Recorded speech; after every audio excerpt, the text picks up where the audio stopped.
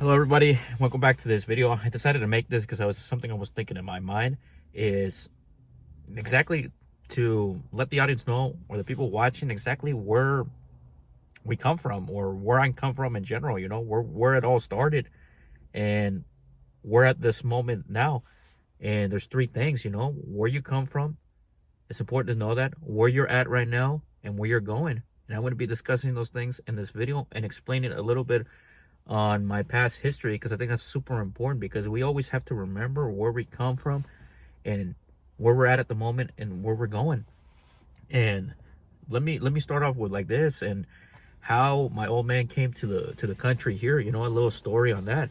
He came here in 1986 during the Ronald Reagan amnesty, during the Ronald Reagan ages in 1986. At that time, they were given green cards and work permits. He started working out in the agriculture fields, and doing all that work for a couple months. When he came over here, he came in the back of a trunk the first time. Got a permit here. I think he only had a sandwich when he came.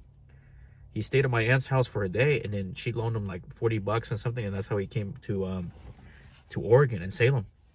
If my history is correct, the reason why he came over here, because in 1980, Mount St. Helens had the eruption.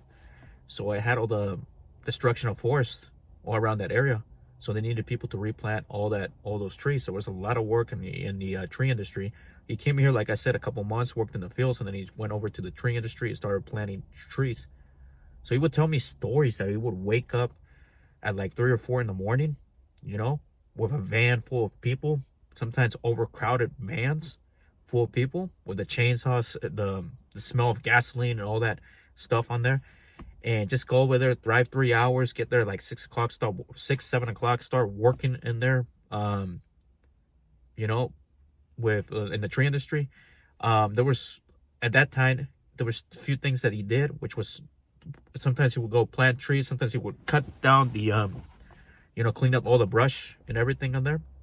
So there was a few multiple things. Sometimes they would use chainsaws, or sometimes he would be doing the other work. But they would go early in the morning, do all that work, and come back and drive another 3 hours, finish at around 4 or 5, and repeat it again, sometimes 6-7 days a week.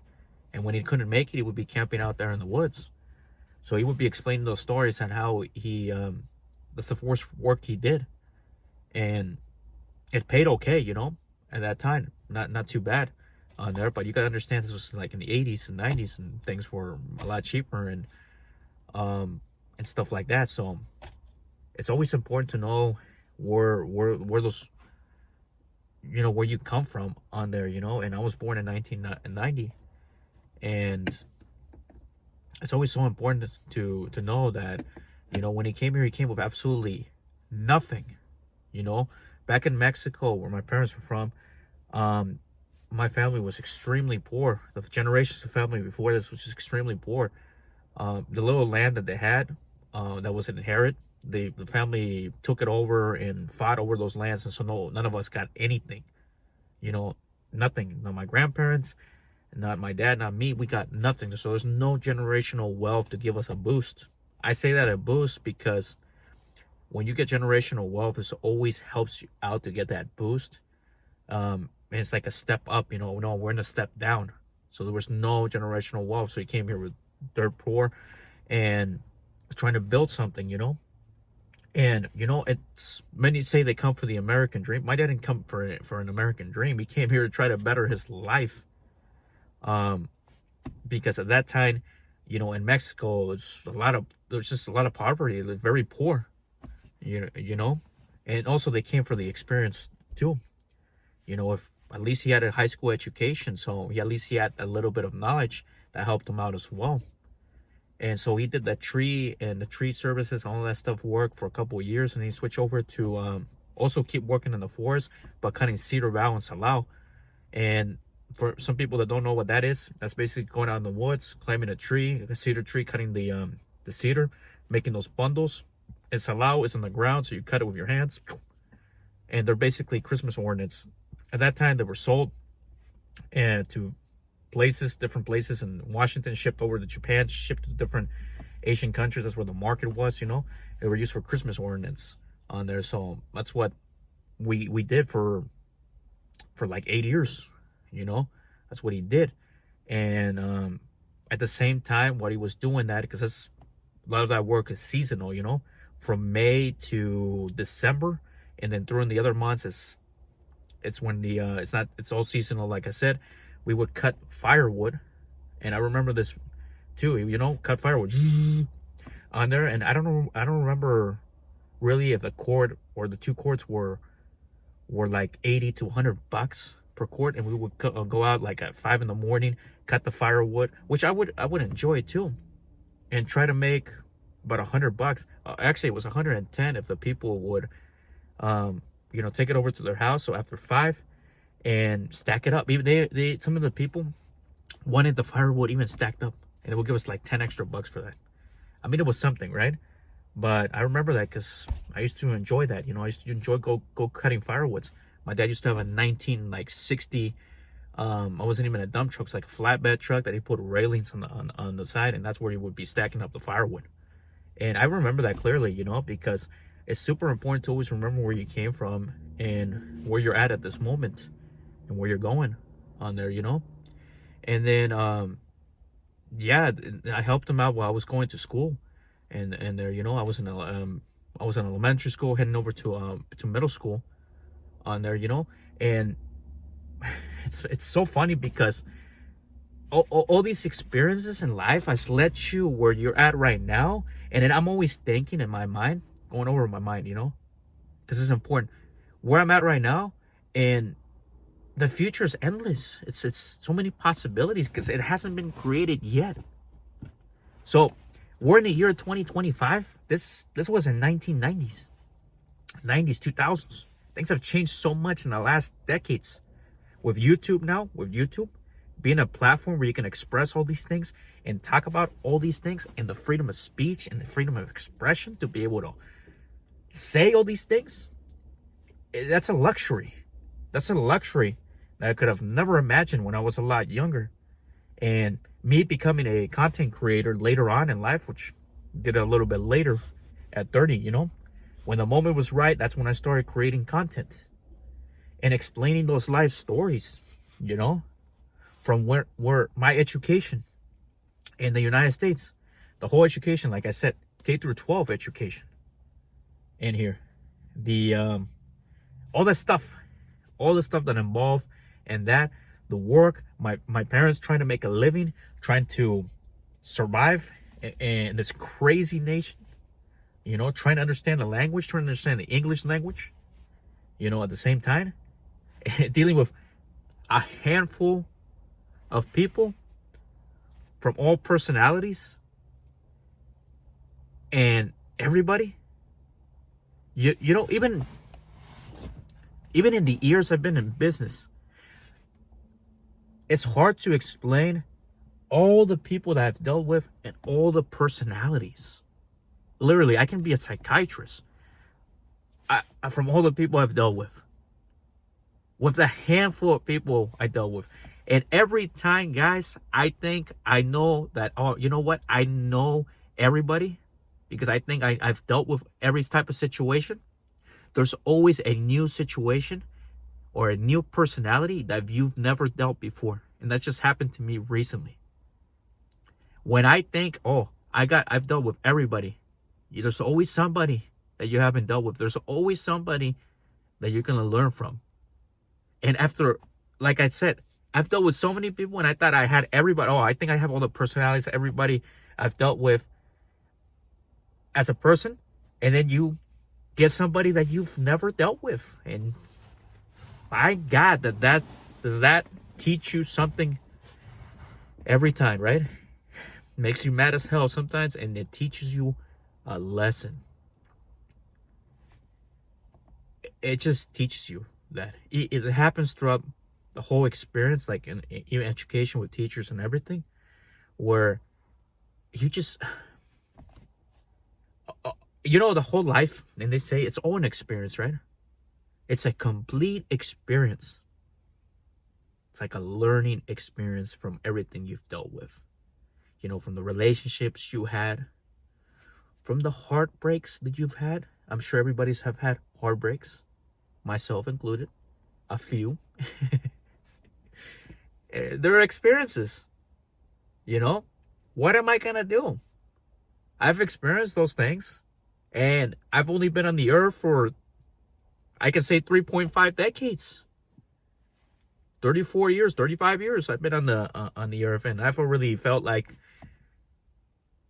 I feel like there's times where I felt like I'm like 60 or like double my age from all the things that I've personally have experienced. It can get overwhelming, but it's just the fact that everything is moving so quickly, and all these experiences are coming in full blown very quickly to you at a younger age. I picture myself like having this, because I don't even grow a beard, but sometimes I picture myself having like this beard like this, being like this wise man, with gray hair, knowing everything. That's how I picture myself when I'm like 60, because I know everything. But oh my God, hasn't been an experience. Like I said, I feel like I'm a lot older. Like, and I've never really thought about this, but I do. I feel like I'm 60, but I'm only 34. From all the things that I've lived, I feel like I'm 60. Very old, but I'm not. I'm only like that age, and I've already lived through all these things. And it's just some crazy experiences, guys, from childhood to the moment here, not just in the business world. Just all these things is just crazy to think about it. But that's where I come back from. The main point of the video was, know where you came from, know where you're at this moment, and know where you're going. Our destinies, those are the destinies. Is we're literally creating those worlds and destinies and those universes. The immense power that we have to create those universes. We're all doing it. Every single individual is doing that. And our experiences, gosh, they're really something else, right? It almost seems like it's always like a manifestation of something. But it's a life lesson and a manifestation too of these experiences. But I sometimes even question myself, why am I make videos? What I like making videos? I don't know. See, these things are things you should question yourself. This is kind of strange, isn't it? If you think about it, it's strange situations. But that's because the higher good, God, big believer in God myself, he has a purpose for every single individual in this world. And he creates these tools and these things so that way the individuals like us and multiple individuals can express themselves, and relate and the messaging to people. That's why he wants you to experience all these things, but not like you need to pass on this knowledge. You need to tell the people to what you've experienced. That's what he's telling me. May think I'm crazy, but that's what he's telling me right now to do. I got to express myself. Use video. Use the tools. Relate the messaging to the people. And if you notice that, and followers, subscribers, and people that have seen my content know that there's always a message in every piece of content that I create, and it's a very deep message. Everything has a message, and a lot of people know that message and resonate extremely well with it. Some people might feel, oh, Ramon, your videos are a little winded. Yes, it might be the way I speak or whatever, but think about it. There's always a messaging in every piece of content that I create, and there's a purpose to that. There's a huge purpose to that of why I create every single video. It just comes up to my mind and be like, I need to create something like this. Let me do a review on the machine. Let me look into a video like that. If somebody wants to buy something, buys the machine, they can see that video. Another video I have about 10 key points. Concrete versus pavers. I go back, like, how did I make that video? I did it. I'm going to be making more videos too. So it's a lot of crazy things. But it's always important, guys. The experiences, everything that you know, where it's led you to this moment. Always remember those. That was just me sharing a little bit of life experiences. I can go on and talk about my whole things, but it's gonna be long. It's gonna be hours, and it's just good to touch on a little bit, you know, not to make videos too winded. That's what the girl said, but that's okay, you know. Keep them within that time frame that I've been keeping them. I think that's important, and I hope you guys enjoyed this video. And that's just a little bit of experience on all that. And don't forget to like, comment, and subscribe to the channel. Check out more videos. Guys, hit that like button and share this with everybody. And we'll see you there. Thanks for watching.